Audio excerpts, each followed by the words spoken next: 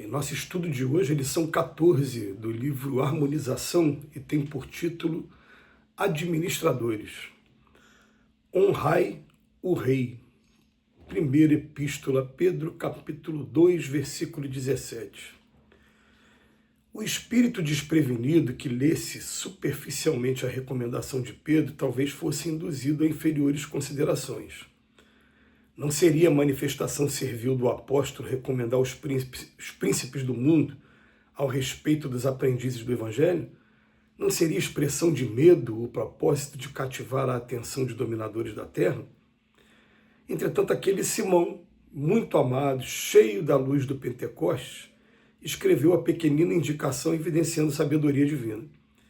Dos cooperadores de Jesus na terra, os que governam ou administram, são os que mais requisitam auxílio e compreensão. Esses homens representativos padecem de certas necessidades espirituais terríveis e dolorosas.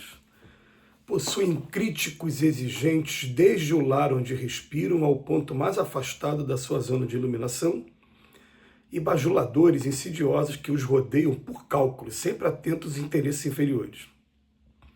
Raramente tem amigos visíveis.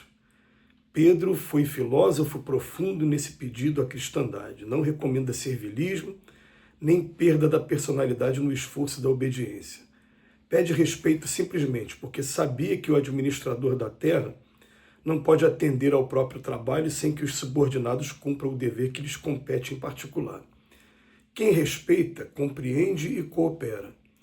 Em verdade, os príncipes do mundo, em grande parte, esqueceram as obrigações e desencadeiam lutas ferozes da tirania e da ambição, mas não podemos esquecer que os seus tutelados quase sempre se converteram em fiscais impiedosos e aduladores sem consciência. Honra aqueles que o Senhor te deu por superiores hierárquicos quanto seja possível e justo. Não condenes nem bajules. Honra-os cumprindo o teu dever no plano geral do serviço. Se deves amar e proteger a todos os seres que se colocam em posição inferior ao teu nível evolutivo, por que menosprezar os que vivem acima de tua possibilidade ou de tua cabeça? A verdade é que a gente vai aprendendo com os espíritos que nesse círculo de experiências que a gente tem na matéria, querendo ou não querendo, nós espíritos vamos ter que passar pela experiência de um dia sermos subordinados ou sermos superiores. É uma condição que vai sempre existir. Em uma outra lição, por exemplo, o Emmanuel vem dizer para a gente que tem sempre coisas que estão nos preparando para um dia a gente ocupar uma posição superior. Ele fala para a gente, olha, dentro da nossa casa, por exemplo, eu mando nos animais. A minha cachorrinha está deitada aqui na minha frente. Ela come o que eu coloco para ela para comer. Ela dorme comigo, eu permitindo. Ela dorme no nosso quarto. Ela está aqui na minha frente.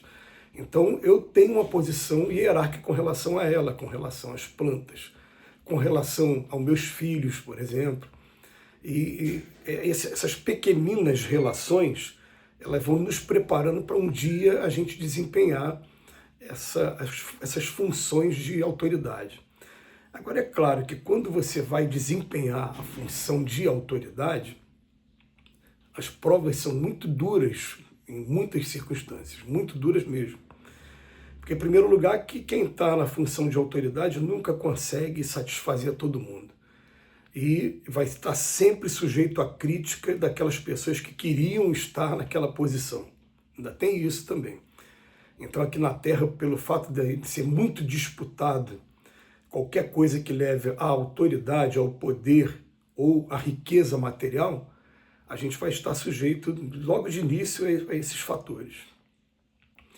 E a gente vai aprendendo a duras quedas também, que a gente vai sofrer as consequências de tudo que a gente vai estar fazendo com aqueles que são nossos subordinados enquanto a gente estiver nessa posição de hierarquia.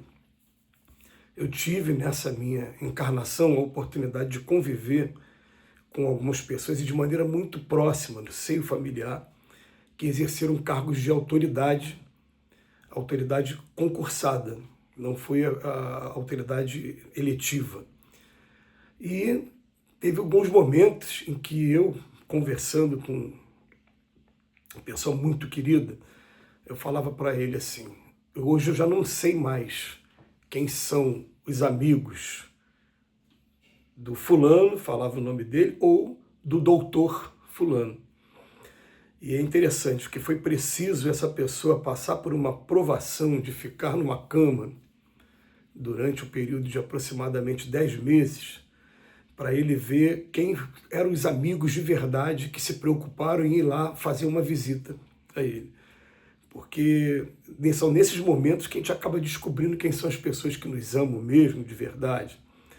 Mas o Emmanuel, ele vem falar aqui, na lição de hoje, que, olha, normalmente a pessoa que está numa função de autoridade possui críticos exigentes, desde o lar onde respiram, desde dentro de casa, até o ponto mais afastado da sua zona de iluminação. E também tem bajuladores, insidiosos que os rodeiam por cálculos, sempre atento aos interesses inferiores. Sempre que a gente pode, a gente faz referência também a uma lição que foi marcante, é marcante em nossa vida. O Revolucionário Sincero está no livro Jesus no Lar, escrito pelo espírito Neio Lúcio, através da psicografia de Francisco Cândido Xavier. E nesse livro, o Neio Lúcio fala, olha, normalmente ele não tem tempo para dormir direito, não tem a atenção dos filhos e nem da esposa, porque o trabalho já o chama desde muito cedo. Ele acaba sendo obrigado a participar de coquetéis, de solenidades que vão, aos poucos, acabando com a sua saúde também. E é uma observação nossa, que a gente sempre, quando vai falar desse tema também, a gente faz essa observação. Vocês já perceberam, por exemplo, quando você tira uma foto de alguém que vai exercer um cargo político, quando ele entra e quando ele sai, você vai fazer a comparação de uma foto com ele, com raríssimas exceções, na grande maioria das vezes mesmo, com a maioria quase absoluta, você vai perceber que às vezes num mandato de 4 anos, a pessoa parece que envelheceu 10 ou 20 anos, pelo semblante que a pessoa apresenta depois desse período de tanta, vamos botar assim, preocupação que ele teve durante o período em que esteve investido no mandato. Mas a gente não precisa ir até esses cargos que são tão disputados, e aqui na Terra, infelizmente, até os dias de hoje, são disputados a preço de sangue, muitas vezes. É muito normal, em épocas de eleição, você ouvir de assassinatos, de crimes hediondos praticados por pessoas que têm interesse naquele cargo que está sendo posto naquele momento para a eleição. Mas a gente não precisa ir até eles, a gente vai começar a ver agora qual está sendo a nossa posição, como é que está sendo o nosso comportamento nas situações em que a vida está colocando a gente na direção de alguma coisa. A gente vai lembrando o seguinte, a gente vai aprendendo nas situações menores, a um dia ter o preparo para administrar situações maiores. Então, às vezes, a gente está dentro da casa espírita e é convidado para participar de um determinado trabalho. Então, naquele momento, mesmo que eu faça melhor do que quem já está lá, ou acredite que eu faça melhor, são duas situações diferentes, mesmo que eu... Naquele momento eu vou respeitar a pessoa que está fazendo e vou tentar somar com ela. Depois, com o tempo, com jeitinho, com convencimento e até com a confirmação se a nossa posição é melhor ou não, a gente vai tentando daqui ou dali influenciar para que a situação melhore dentro do que você acha que pode melhorar. Mas no primeiro momento, a gente deve respeito e a gente vai aprender que quando a gente aprender a respeitar também a decisão de quem está no comando, um dia a gente vai estar se habilitando também a estar lá no comando, e quando estiver no comando a gente vai ver tudo que essa pessoa passa, porque na lição do Revolucionário Sincero, a proposta foi de que a pessoa ficasse ao lado daquele que ele queria promover o impeachment ali, durante um período X, e ele saiu dali lamentando, falando, mas eu não quero viver aquilo de jeito nenhum, porque é muito duro a situação de quem vive a autoridade aqui na Terra. Mas todos nós precisamos passar e vamos passar um dia.